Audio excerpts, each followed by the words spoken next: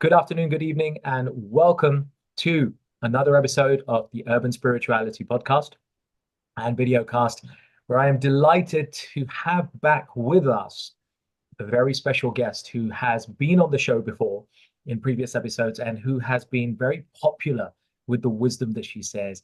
This is, of course, none other than Srimati Jaya Rao. Jaya ji hails from India. There is so much to say about her, but with her upcoming tour to the UK this month in June, I want to take a moment to acknowledge so many things that she has done. Jayaji is the founder of Vedanta Vision. It is a global school of thought on self-management with its origins in the Vedas, the ancient scriptures of India. She has spoken for decades, hailed as a microbiologist from her previous lifetime, from her previous career. She has moved from the corporate world, where she's worked with some of the leading scientists and thinkers, into this space where she is able to move people's hearts and minds and intellects for better positive change. She's spoken at some prestigious organizations, including Google, Intel, Visas, uh, MasterCard, KPMG. There are a lot more since then.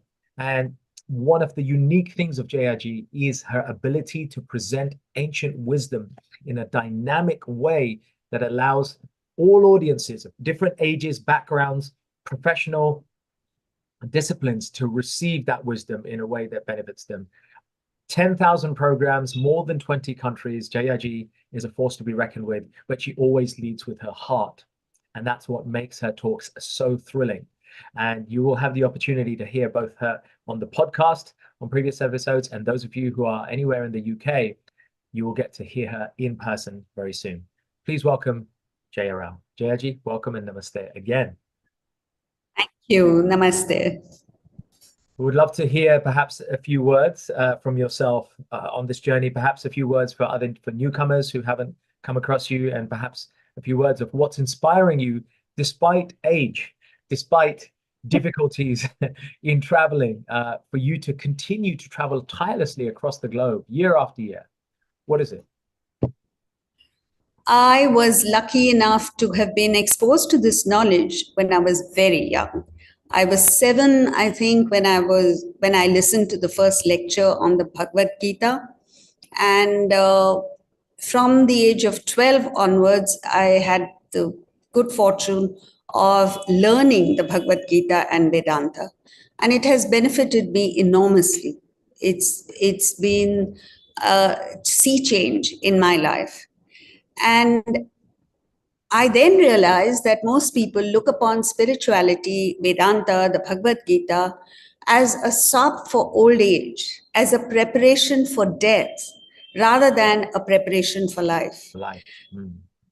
And so I decided to commit myself to spreading this knowledge to young people, especially all over the world, so that they may benefit from this knowledge to achieve the 3 things that every human being wants to achieve: enormous success externally, internal happiness, and growth to our potential. So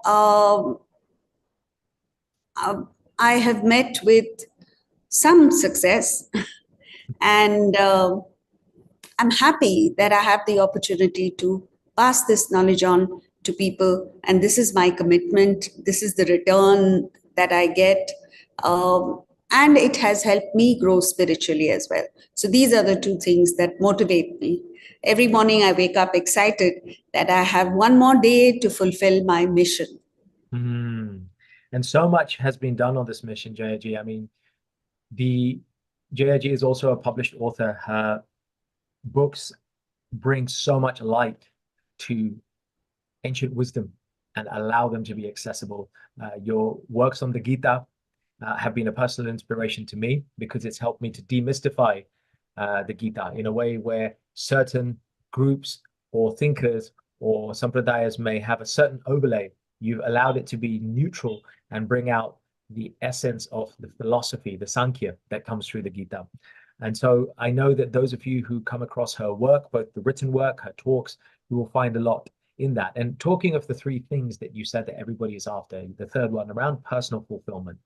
And obviously, as a coach and a mentor myself, and somebody who runs retreats and events for the past 14 plus years now, I've seen many people who come to our events and our programs, our trainings, our coachings, because they're looking for personal growth, because they're looking for personal transformation. Many of them have made it successfully financially, but they feel unhappy inside. Others have made it in their career, but they feel something lacking. Others have their families, they're settled, they're married, but they feel something is missing. And so the desire for betterment is still very much burning in many people. They may think and interpret it as a desire for acquiring things like material objects to get pleasure or get name and fame, and that will achieve it. But really, it's the drive for betterment of oneself, to feel that they've made progress. It's what they're after. And I feel that that nicely segues us to the topic that we want to touch on today. And there's so much to share in it. And I know you'll do so in your tour here in the UK coming up. But let's talk about pursuing excellence. And folks, for you, here's a little bit of an insight for you. A Harvard University study once indicated that only 15% of success comes from information. Only 15%. The other 85% comes from attitude. And yet 100% of modern education focuses on the wrong stuff. They're still on the facts and figures. So many people think that they need to pursue perfection, but actually, shouldn't we be pursuing excellence? I'd love to hear your take on this valuable subject, pursuing excellence. Thank you. Why excellence? In the modern world, success or excellence is often equated with just material success and money. So Fortune 500, for instance, gives the names of people who have made the most money. But that, from the Vedantic perspective, is a very, very narrow, limited view of excellence. Vedanta's viewpoint of excellence in the absolute sense is achieving the state of self-realization or enlightenment. And unless you reach that, you really can't believe that you have excelled at anything. But coming down to the relative, coming down to the worldly perspective of excellence, if you want to excel in anything, whether it is sport or business or music or dance, the primary foundation is a calm mind. When your mind is calm, your thinking is sharp, clear, brilliant. You can access the knowledge and the skills that you have so painstakingly acquired, and actions become brilliant. The same you, when the mind is agitated, you are unable to access your own knowledge, your own skills, and you make errors in judgment and actions become flawed. You meet with failure. So this is seen very clearly in sport, where a batsman plays brilliantly till he reaches the score of 90. At 90, his mind gets agitated because he thinks of the past failures, how many times he's reached 90 and not achieved 100, and the future. If I don't hit a century now, maybe I'll be dropped from the team. Right, so anxiety kicks in. Yes. So what happens is, because the mind is agitated, he makes a series of mistakes and gets out. It's the same with a musician. A musician sings the wrong note when his mind is on wanting to impress his audiences or whatever it is. And a cook, a lady in the home, may be an excellent cook, but when she wants to impress her guests, she burns one dish, she puts excess salt in the other. The meal is destroyed, not because she does not know how to cook, but simply because her mind is agitated. Right. So then Vedanta goes into what agitates the mind. It is thought of self. Thought of self is the biggest villain of the piece. The moment you think of yourself, your mind gets agitated, you become small-minded, you lose that vision of a larger perspective, and you make mistakes and errors. So, like in many of us say, I've I've lost my skill, I've lost my touch. Right. And this losing of the touch is because you're thinking of yourself. Now, how can you not think of yourself? You have to think of something beyond yourself, be inspired with a higher ideal, be motivated to achieve, to serve the world. So your attitude must shift from grabbing to giving, from wanting things for yourself to wanting to serve the world. And the Bhagavad Gita and Vedanta, even in the Vedas, they have come up with a beautiful concept of yajna. In the Bhagavad Gita, Krishna says emphatically, this world is not for the non-sacrificer. So yajna is a Vedic ritual where you do fire worship. But the significance of the ritual is that when you work for a higher ideal, signified by the Havan Kund, and you offer your talent, your skill, your abilities for the higher ideal, then the ideal itself blesses you with prosperity. So, give, you gain is the law of life.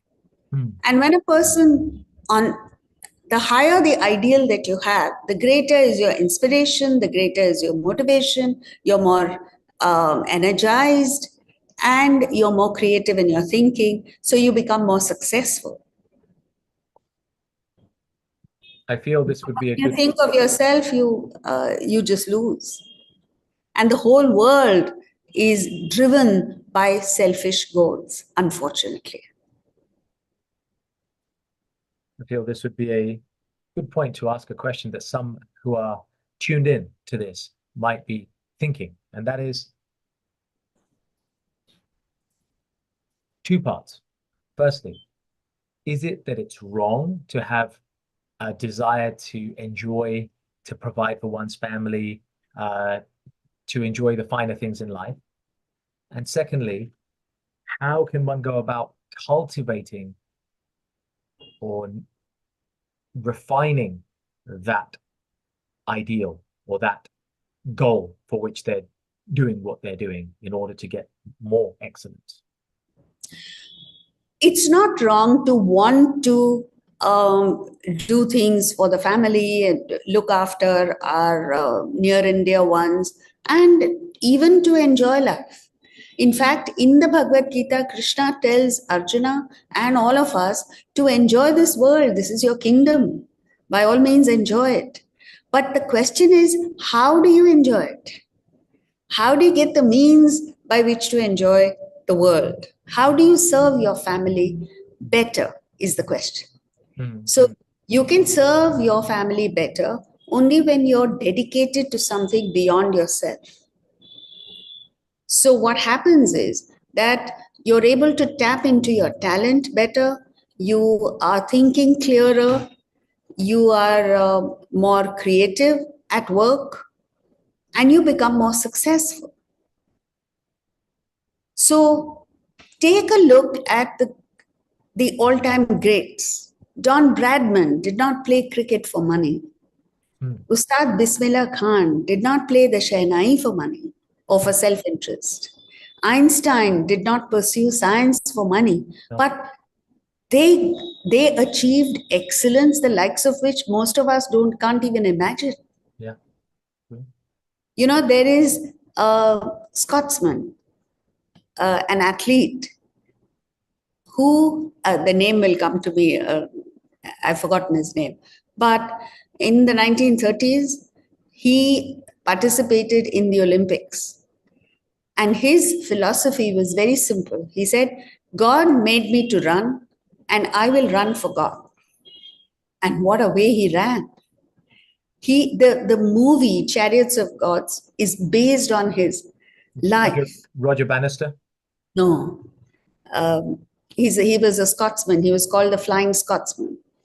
And So he would run the 400 meters race so fast that when people asked him, how do you manage that? Right. He said, I run the first 200 meters as fast as I can. The balance 200 meters, God enables me to run. One time, What a thing. he lost his shoes, or something happened to his shoes. He didn't have money to buy new shoes. So he picked up a pair of dissimilar shoes from the trash can, and he wore those shoes and won the race. So these impossible things you can achieve when you understand that the talent that you have is not yours. It's been given to you. It's been gifted to you by some divine force. You don't know who has given it. And every time you act, if you offer your talent as thanksgiving to that power that has gifted it to you, by God, perfection will come out of you. Excellence will come out of you. So this is it. Whereas if you completely disregard the role of that divine force and arrogate it to yourself, you develop ego, you develop desire, all of which agitates your mind. And with an agitated mind, what can you achieve? No, So that is the thing. Now, many people can't bring themselves up to think or to conceive of the divine. So we say, fix a goal beyond yourself, anything. A person who genuinely works for the community, for his city, for the country, for humanity, as high as you can relate to. And then the world will take care of itself. And you will be blessed with enormous success. So that is the pathway to excellence. And if you look at what's happening in modern times, we are doing exactly the opposite. We're working for our own self-interest. Yes. The desire, the pursuit of selflessness within the sphere of our professional as well as personal undertakings has been an afterthought, if at all it comes. It's diluted to the degree that it's non-existent for many people. And yet, Jayaji, I feel that there is a rising amongst the younger generations coming from a space of being dissatisfied and disengaged with previous cultural and societal norms and wanting to live and feel more fulfilled in their life, to know that what they're doing is meaningful.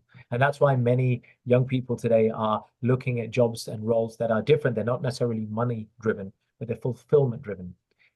True. Can fulfillment and desire for a greater sense of worth, etc., be a avenue through which this spirit can be cultivated towards the pursuit of excellence? Yes, it can. But what has happened in recent times is that there has been an attempt at revolution. Now, revolution means you're fighting something. And when you fight, you dissipate your energies in negativity. Right. Rather than revolution, if you take a look at, if you switch to evolution, that yes, whatever is may have happened in the world, but let's take a look at how we can improve ourselves.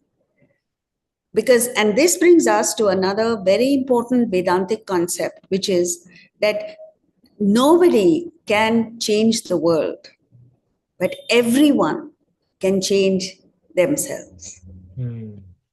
Swami Ramatirtha said, trying to reform the world is like trying to straighten a dog's tail. You straighten it, the moment you let go, it curls up again.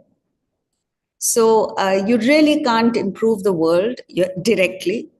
But when you change yourself, your world improves. Your world changes dramatically. And this, I must quote a Muslim saint who said of Sri Ramakrishna, he said, in Kali Yuga, you brought a Satya Yuga into the world. And what a fine tribute that was to a great man. Let's just take a pause there. The wisdom is so invigorating to hear you speak on these subjects and bringing together the wisdom of the ages and the sages, and how on that finishing point there, you have allowed people or shown people a path, which is evolution. Favor evolution over revolution, because it is Yes. the inner revolution by another name. We change from the inside out. And as we change, as Krishna says in the Bhagavad Gita, yad yad charati shrestas, those who take a leadership position, those who lead by their example, acharati, then others will follow. If that example is good, they'll follow. If it's bad, they'll follow. So if we can be discerning, and I guess that's one of the lessons I've certainly learned from listening to your talks, the value of our intellect, our buddhi, and discernment. And I know you'll speak a lot about that in the upcoming talks.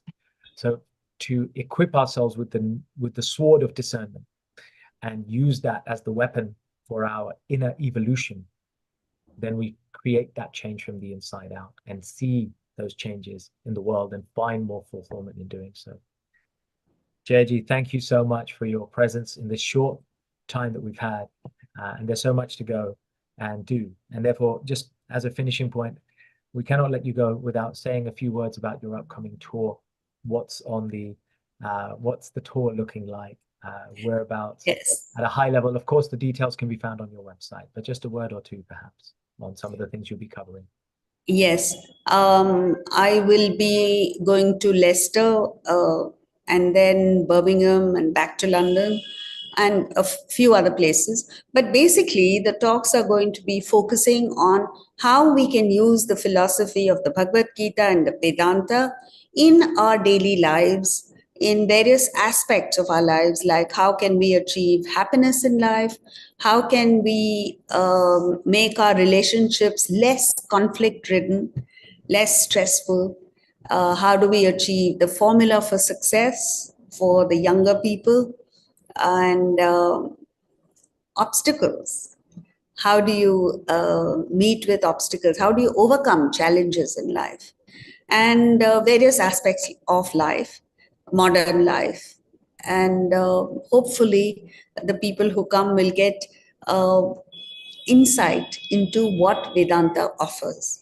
The primary thing that we want to focus on is that the Bhagavad Gita is not an ancient scripture that is outdated today. It is as relevant today as it was when it was given, which is why, I mean, this is because it is a science. Science never goes out of date.